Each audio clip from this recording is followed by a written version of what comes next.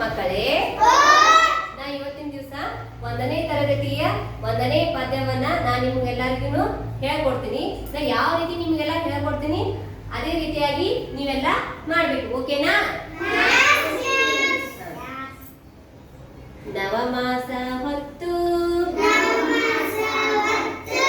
ನನ್ನನ್ನು ಹೆತ್ತು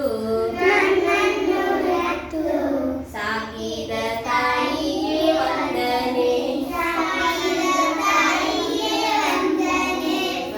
ಮೈ ಮೋರಿಗೆ ದುಡಿದು ನನ್ನನ್ನು ಸಲಹಿ ಬೆಳೆಸಿದ ತಂದೆಗೆ ವಂದನೆ. ವಿದ್ಯಾ ಬುದ್ಧಿ ವಿದ್ಯಾ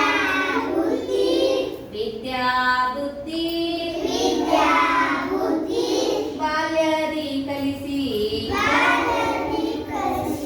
ಹರಸಿದ